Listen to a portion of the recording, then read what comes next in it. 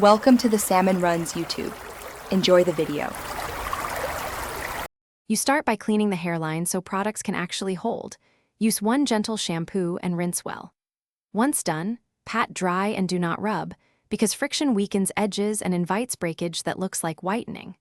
Next, apply a small amount of lightweight, water-based leave-in or styler directly to the edge. Use less product than you think, because buildup and alcohol-based gels are the main cause of white flakes and ghosting.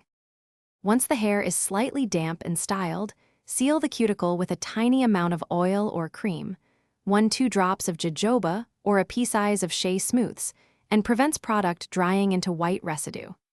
Then lay your edges with a soft toothbrush or edge brush and wrap with a satin scarf for 10 to 15 minutes to set. This ensures product distributes evenly and reduces flaking.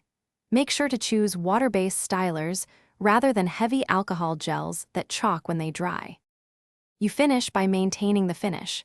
Check edges weekly and remove any buildup with a clarifying wash when you see white flakes. If the problem persists, switch to a silicone-free, non-alcohol formula. Sometimes flaking is a reaction between products. Make sure to protect edges at night with a satin cap.